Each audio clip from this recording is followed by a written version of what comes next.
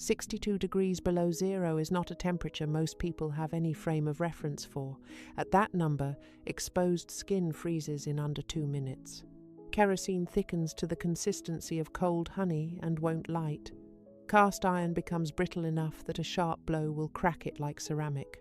A horse, left outdoors without shelter, dies not in hours but in minutes, because at that temperature the body's heat production simply cannot outrun what the air is pulling away. On the night of February 3rd, 1887, a ranch hand named Olin Birch recorded -62 degrees Fahrenheit at the Fort Assiniboine weather station in north-central Montana Territory. He wrote the number down twice in the log because he wasn't sure he believed it the first time.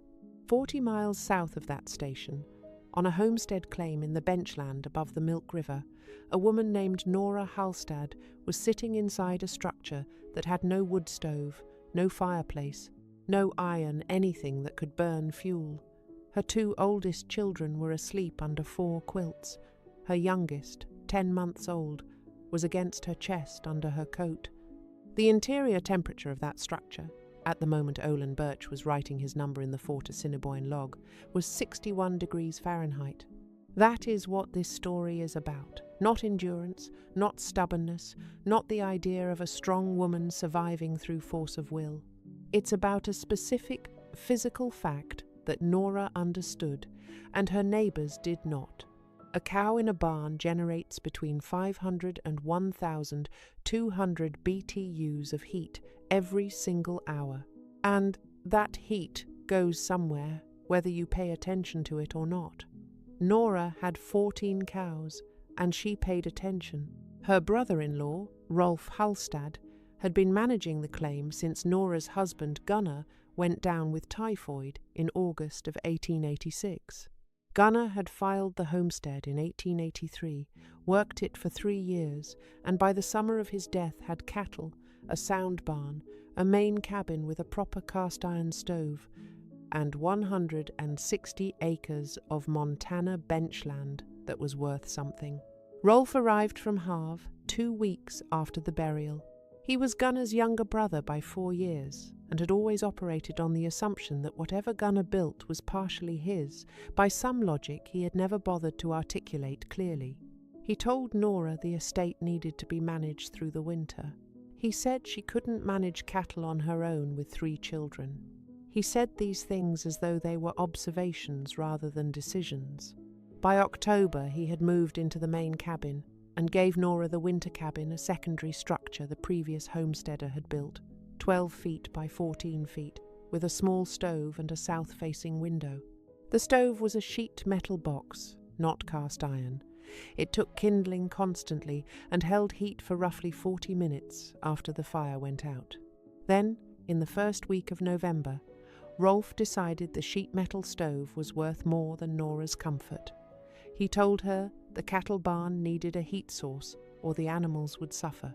He took the stove from the winter cabin and installed it at the far end of the barn near the tack room.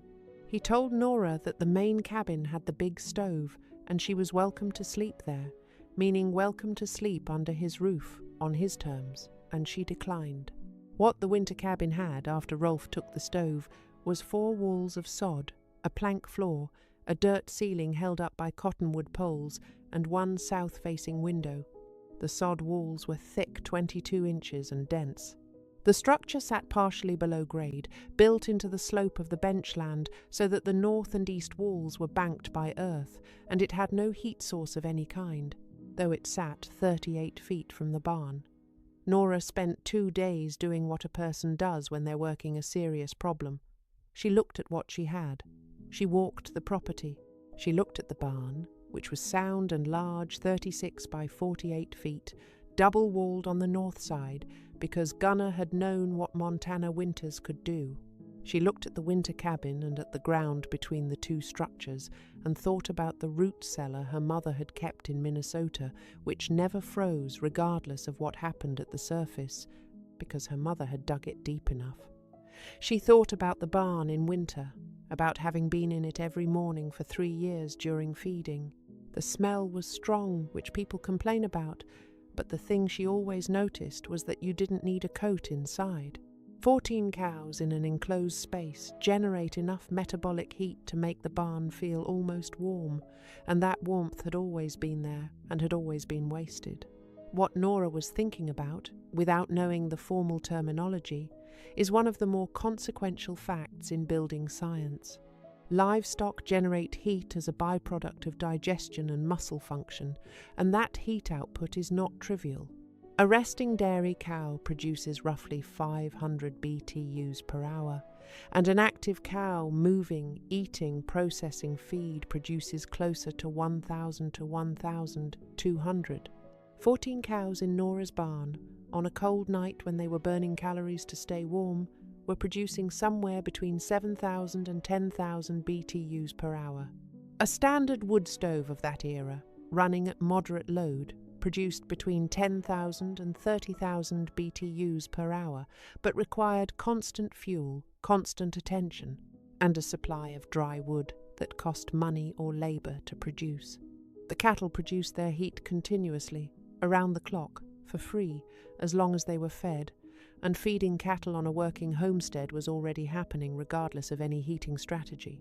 The problem Nora had to solve was moving that heat 38 feet without losing it to the Montana air, which at -30 degrees Fahrenheit will strip thermal energy from any warm surface with a speed that makes wood fires feel inadequate.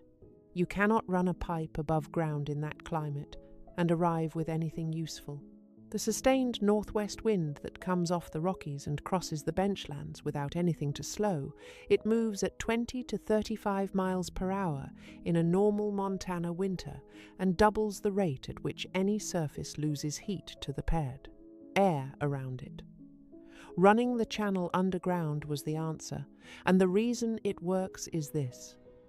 In north-central Montana, the frost line, the depth at which soil temperature stops responding to surface conditions, runs between 48 and 72 inches, depending on the severity of the winter. Below that depth, the ground holds between 48 and 54 degrees Fahrenheit year-round, drawing on geothermal heat from below rather than from the surface. That temperature does not change with the weather or the wind. A channel dug below the frost line and running from the barn to the cabin carries air through earth that is maintaining roughly 50 degrees Fahrenheit, and the air inside that channel cannot drop below the temperature of the surrounding ground. What enters the channel as barn air warmed by 14 cows to perhaps 28 or 30 degrees Fahrenheit in the coldest weather exits at the cabin end after being pre-warmed by the surrounding earth to somewhere between 40 and 50 degrees Fahrenheit, which is not comfortable by any generous standard, but is 90 to 100 degrees warmer than what was happening outside. Nora didn't call this a ground-coupled air supply. She called it a trench, and she started digging one on Thursday, November 12th, 1886. The top 18 inches were frozen and had to be cut with the broadaxe in sections. Below that, the ground was clay-dense, cold clay that came up in heavy clods and packed hard. She dug a channel 2 feet wide and 22 inches deep along most of its length, dropping to 30 inches in the center run. At the shallowest point, she was at 52 inches below grade. She lined the channel floor and sides with split cottonwood slabs, fitted close and chinked with the clay she'd pulled from the trench. The top was the same slabs overlapping, packed with clay at every seam, then covered with the excavated soil, packed down and mounded. At the barn end, she opened a vent, low in the foundation, 8 inches wide, 4 inches tall, fitted with a sliding flat stone. The vent sat 6 inches off the barn floor, which is the detail that made the whole system work. The warmest air in any barn does not accumulate at the ceiling. Livestock produce heat at body height and below. The air at floor level, where the animals stand and where their breath condenses and their bodies radiate, is measurably warmer than the air at roof level, so opening the vent low captured that floor-level warmth rather than the cold drafts that stratify near the ceiling. At the cabin end, the channel came up through the plank floor near the center of the room, covered with a flat stone she could slide open or shut.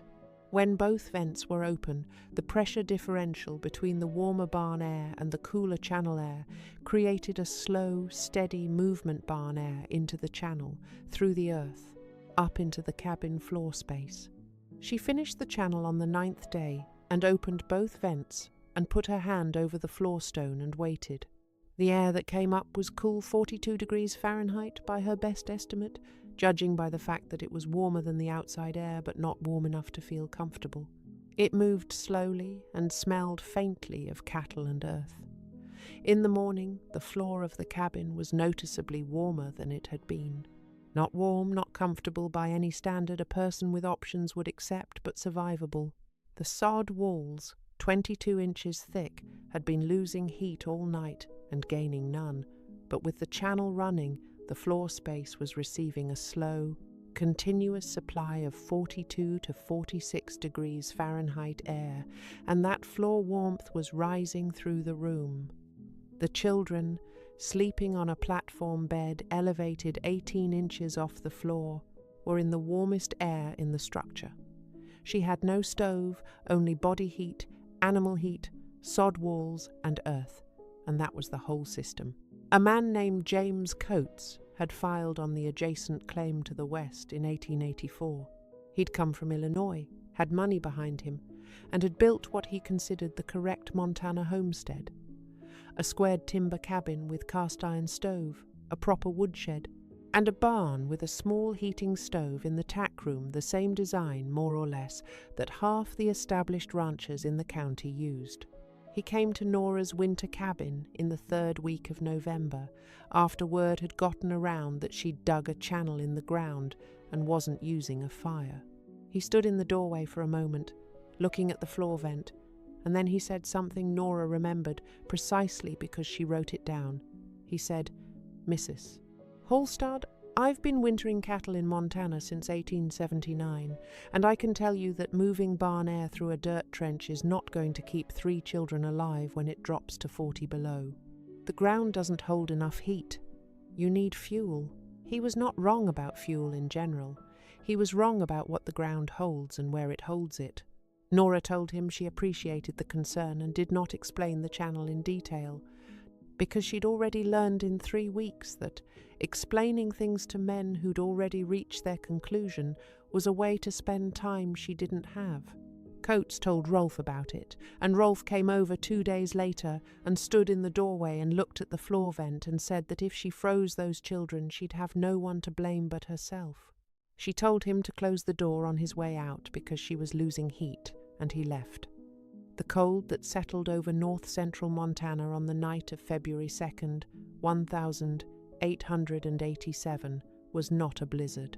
There was no wind, no drama, no visible wall of weather. The sky simply went clear and stayed clear, and without cloud cover to trap any of the day's marginal warmth, the temperature dropped and kept dropping.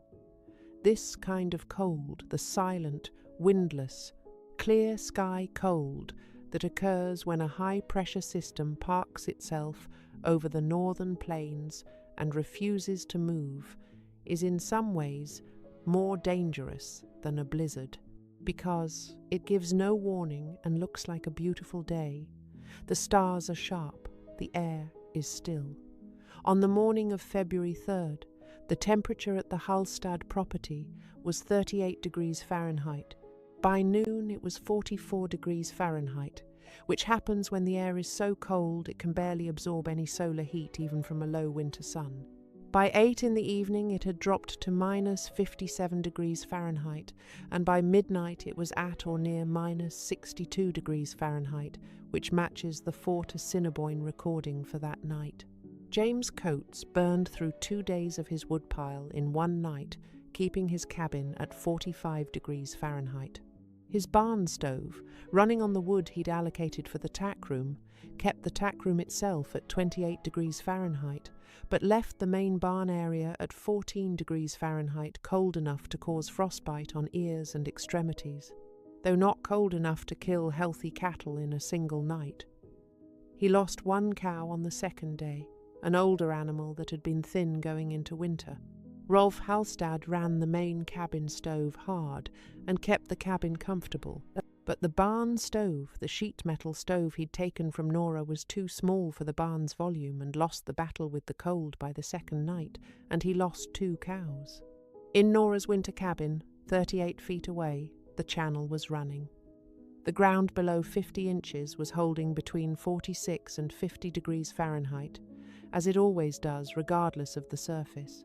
14 cows in the barn, burning extra calories in the cold, were producing closer to 1,200 BTUs per hour each, the high end of their output range. Because metabolism increases in cold conditions, and the barn interior sat at 21 degrees Fahrenheit on the worst night, which is cold but survivable for healthy cattle with adequate feed. The sod walls of the cabin, 22 inches of dense, packed earth, have an R value of approximately 1 per inch when dry, which put Nora's walls at roughly R22.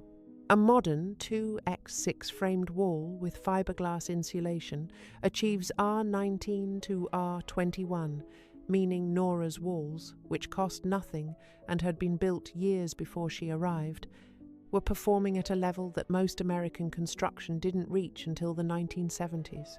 Those walls had been losing heat all winter to the outside air, but with the channel supplying a continuous baseline of warmth from below, the rate of heat loss slowed because the temperature differential across the walls was smaller. The cabin reached a low of 49 degrees Fahrenheit on the worst night of the freeze. The children were cold and wore everything they owned and slept under 4 quilts and complained about their feet, but none of them were in danger. Nora checked the cattle twice on the worst night, once at midnight and once at 4 in the morning. Walking the 38 feet with a lantern, moving fast, and she lost no animals. The freeze held for 9 days, and on the 10th day the temperature climbed back above 20 degrees Fahrenheit, which felt, by comparison, almost tolerable. James Coates came over on the 11th day and stood in the doorway again, this time without the authority he'd carried in November, and asked how she'd done it. She showed him the channel.